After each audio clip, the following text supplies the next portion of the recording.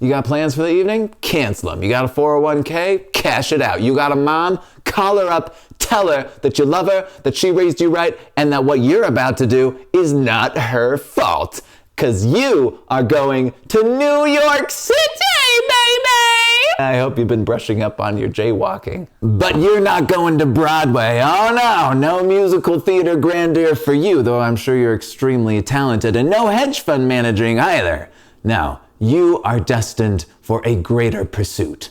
Dog walking. That's right, you are a professional dog walker, and you have got 24 hours to convince the Big Apple and up to 3 sniveling competitors that when it comes to canine fitness coaches, you are best in breed. To do that from sunup to sundown, you are going to take as many dogs as you can possibly fasten onto your leashes on the walks of their dreams. I'm talking sniffing fire hydrants, playing fetch, picking up treats from the pet store, chucking frisbees in the park like you're some kind of frisbee chucking machine, and poop. Yes, so much pooping and so much scooping, and you're gonna do it because you're a hero. I mean, not the you'll be doing the scooping because you're a hero. To start a walk, you'll need to travel to the community in which your intended client resides, pick them up, and attach them to one of your leashes. And then, as you start to wander around Manhattan with your newfound slobbery pal, the fun begins. Every dog has a wish list with them, and the list will always include 3 items. The first is their hobby, which, just like in real life, revolves around one of 3 things: hydrants, tennis balls, and water. The second is their hope that they'll get their picture taken at some point. Dogs love being photographed. And finally, every dog longs for the opportunity to empty their bowels. For every one of these hopes and dreams you're able to fulfill before you take that dog back home, their grateful owner will give you ice-cold cash money. The instant you're walking down the street after picking up your new charge, you're racking your brains trying to remember where the nearest fire hydrant is and how far Central Park is from here, and oh, hey, 96 in West End is on the way to the park. Scout, what if we stop off there and pick up Freckles, huh? Freckles loves fetch too. Maybe we could have a little fetch party and then head over to the park. What do you say? Oh, I forgot. You hate everyone. Each dog comes with a list of do's, but also a list of don'ts. Hates. Avoid this at all costs, even if doing so puts your ability to pay rent at risk. You have the ability to walk multiple dogs at the same time. But when you go to pick up another dog, you first have to make sure that the dogs you're attempting to walk simultaneously aren't going to demolish each other. Iditarod, for example, can't contain himself around small dogs. He just wants to eat them, and he probably feels bad about it. Now look at that face, he definitely doesn't feel bad about it. Penny can't be trusted around big dogs since the incident. And Paco, well, let's just say that Paco's not welcome around the doggy daycare anymore.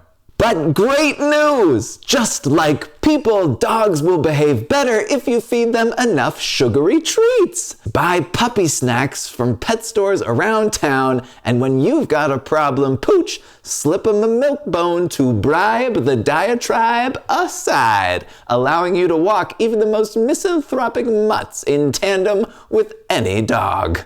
In addition to their social proclivities, each dog will have a certain amount of energy available for walking, as expressed by their minimum walk length number on their card. At the end of your turn, you'll move your walk tracker token for each dog on your board 1 space to the right, indicating that time has passed and that the dog is that much more ready to go home.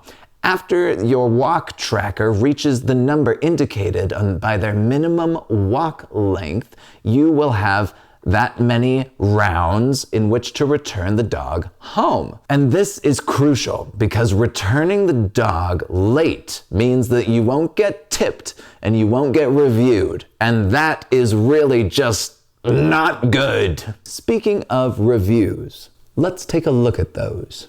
You and each of your friends will start the game with 5 stars lined up on the right side of your player boards. When you return a dog home on time, you'll have the opportunity to complete a review, which means you take the bottommost star from the line and place it on the space matching the review you're qualifying for. And this is a bit odd to explain, but basically when you place a review star, you're indicating that you completed an objective on that walk. Maybe you had a perfect walk where you did all 3 of the things on your dog's checklist. Maybe you've successfully walked 3 dogs of the same size over the course of the game, or perhaps you've walked so many dogs from the same neighborhood that you've made a local name for yourself. When you place a star, you'll reveal an upgrade on your personal player board. So the more stars you place, the more skilled a dog walker you become, and the more assets you have at your disposal. Completing your first review teaches you how to throw a frisbee, giving you the option to wear your dogs out faster when you take them to the park, and earning your third enables you to walk 3 dogs at once. Reaching your 5th star unlocks a chunk of cash, which, while not quite as exciting as throwing a frisbee, is very nice come game's end. Unless you are someone superhuman like a warehouse manager or something, unlocking your 5th star within Bark Avenue's slender runtime will strain your grasp of logistics to its limit, especially as you have to account for the erratic behavior of the dogs themselves. At the beginning of each of your turns, you'll roll 1 of 2 dice to see what exactly your canine companions are up to at the moment. Most of the time, they'll just be answering the call of nature in one form or another, but sometimes they will spot a pigeon or a squirrel, and they will bolt after it, dragging you half a block before you're able to get them under control. These disruptions tend to have a minimal impact on your turn, but every so often they will determine whether you pick up a dog on that turn when you were expecting to, or depending on how long you've been out with this pigeon chasing menace, whether you deliver them home on time. And that might sound pretty annoying, but it's really not. And here's a short story from a game session I had this weekend that will hopefully show you why that is. My friends and I have 5 rounds left on the clock when I decide to pick up a Doberman pinscher named Apollo, determined to scrape a few bucks together right before it comes time to launch my coffee shop ad campaign for my dog walking services. It'll be a quick out and back, I think to myself. We'll go to the park, I'll throw the frisbee around, he'll have the time of his little life, we'll take him out to a puddle and he'll have such a fun time splashing around. And then when he's all tuckered out, I'll take him back home and then sidle on by the Starbies just down the street, hang up my flyer, and I'll be a sensation. And I mean, he really had the time of his little life. Every time I took my turn, Apollo found a new pigeon. It was like some kind of migration season or something. I don't know what was going on, but all the pigeons were out in the street, and Apollo could not get enough of them. I'm getting dragged all over Manhattan in more ways than one. My reputation is in shambles. We finally get to the park, and I'm feeling smug. I've made it. There are no pigeons in Central Park. We all know this. So I grab the park die, and when I impossibly roll the one side of the die that shows a squirrel, everyone loses it. I lose it too. Because, you know, when your future is going up in flames, you gotta laugh or you gotta cry. And I wasn't about to cry in front of my friends. Because of this, I was late taking Apollo home, and I didn't have time to hang up my flyers in the Starbies. And this is very sad because in my mind, you know, I had put a lot of time into making those flyers on Canva. And and they weren't going to be able to be put up. And I really couldn't be annoyed with Apollo because he was just doing his thing, chasing pigeons, chomping on squirrels. He's being a dog, and how could I get annoyed at a dog? I mean, look at him, he's so cute. He didn't know that I was relying on my dog walking income to pay my rent as I was attending university. And when I have to leave university because I can't afford to keep up with my tuition payments anymore, it'll be okay because Apollo had a good day. Stepping out of my player enthusiasm for a bit and back into the role of dry, dusty critic, I have to point out that those moments are only made possible by Bark Avenue's blend of mechanics and theme. You know just how appropriate a theme really is when it actually does a lot of the heavy lifting to help players remember how to play the game. Where do I return the dogs? Well, you'll just return the dogs to their home because that's where they live. Where can I get the dogs more tired more quickly? The park, where they can run around in an open field. How do I do more on my turn? Well, you buy coffee, New York's fuel. Can you ride the train? Absolutely, but only if you don't have a dog with you.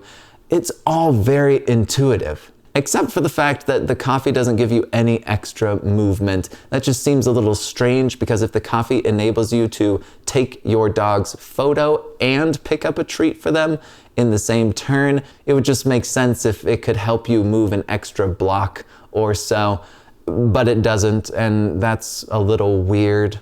Coffee weirdness aside, Bark Avenue's theme transforms what would be a fairly convoluted game into an amusement machine that even your family, who might not be super keen on board games, would be happy to slot spare evenings into. It's a bit of a teach at the start, but once you're up and running, people are into the flow of it, you're good to go. If you have ever wondered what it would be like to experience life as a coffee-fueled fairy godmother for dogs, Bark Avenue is a box that deserves your consideration. And if you're a dog lover, so much the better. This box is full of things that dog fans will love. Prey drive, treat training, stacks of cards with amazing artwork, a directory of animal shelters in the back of the rulebook. If you're like me and your dog doesn't like going for walks at all, Bark Avenue will allow you to live out your canine dreams. And that is the end of this week's review. Thank you so much for joining me in this look at Bark Avenue. I really appreciate you being here and exploring this box with me. If you thought this video was pretty cool, please consider giving our channel a subscribe. We are relatively new to YouTube. We've been doing this for about 7 months, and we would like to continue growing. Please subscribe, suggest this video to your friends, give us a like, or tell us what dog breed you would like to walk around New York City with in the comments section below. Once again, thank you so much, and I look forward to seeing you in the next video.